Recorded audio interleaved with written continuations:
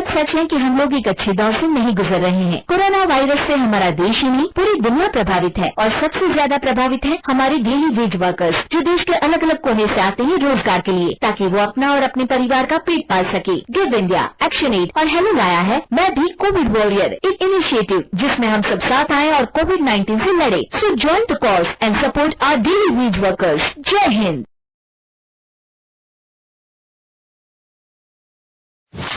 रजनी को बचपन से ही पेंटिंग का बहुत शौक था। वो हमेशा से ही पेंटर बनना चाहती थी, पर उसके माँ और पिताजी ने उसको कभी भी इस चीज के लिए सपोर्ट नहीं किया और उसकी शादी नीरव से हो गई।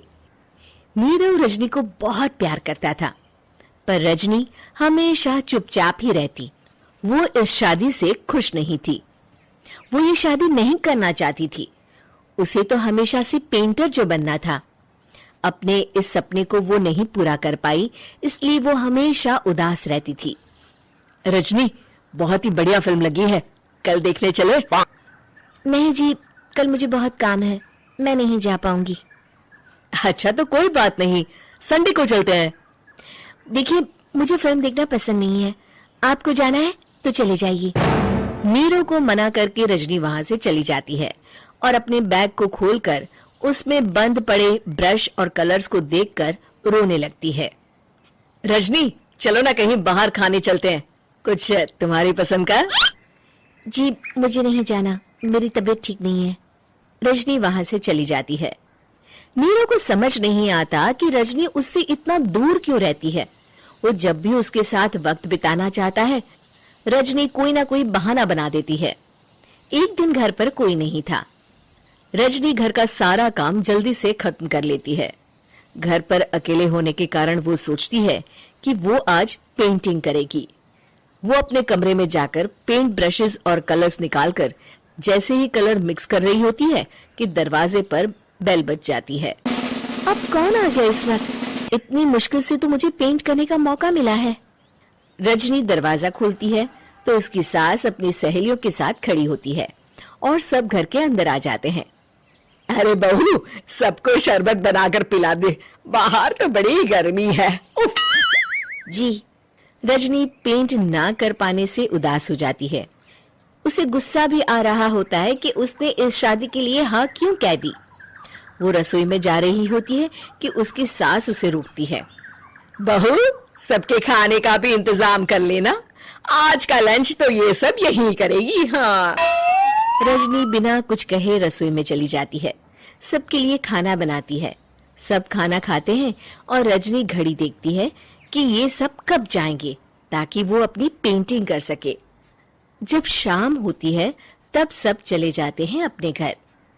अरे बहू, सब तेरे खाने की तो बहुत तारीफ कर रहे थे, सबको बहुत अच्छा लगा खाना। आपको मुझे सुबह बताना चाहिए था ना कि आपकी सहेलियां आ रही है। पता भी है कितना वक्त लगा सारा खाना बनाने में। अरे बहू, तू ऐसे कैसे बात कर रही है मुझसे? तो और कैसे बात करूं? मैं इस घर की कोई नौकरानी नहीं हूं कि इतना काम करूंगी। रजनी अपने कमरे में जाकर दरवाजा बंद कर लेती है। शाम को जब नीरव आता है तो उसकी माँ उसे पूरी घटना के बारे में बताती है। क्या रजनी ने आपसे इस तरह बात की माँ? हाँ, और पता नहीं उसे क्या हो गया है, शाम से बाहर भी नहीं आई है। मैंने तो कई बार आवाज दी, खाना भी नहीं खाया उसने। तू ही बात करके देख ले बेटा। नीरव अपने कमरे का दरवाजा खटखटाता है। रजनी, दरवाजा खोलो, मैं हूं। रजनी दरवाजा खोलती है और फिर वापस जाकर अपने बिस्तर पर लेट जाती है। रजनी, माँ से बात करने का ये क्या तरीका है? मैंने कोई गलत बात नहीं की है। अरे तुम क्यों ऐसे बर्ताव कर रही हो सबके साथ? क्या तुम इस शादी से खुश नहीं हो?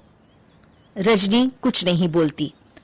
अरे बताओ मुझे रजनी, क्या ये शादी तुम्हारी मर्जी के खिलाफ हुई है?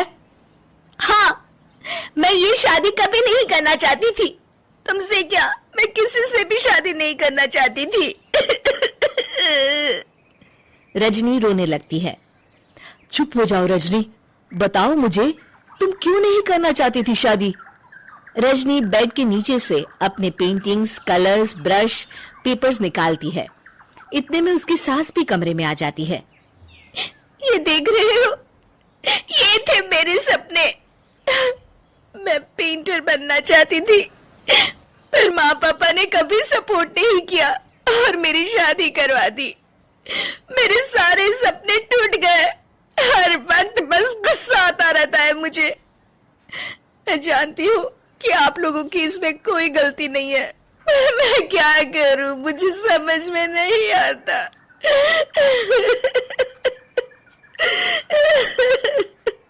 रजनी फूट फूट कर रोने लगती है। मुझे माफ कर दीजिए, आप दोनों के साथ मैं बहुत बुरा बर्ताव कर रही हूँ।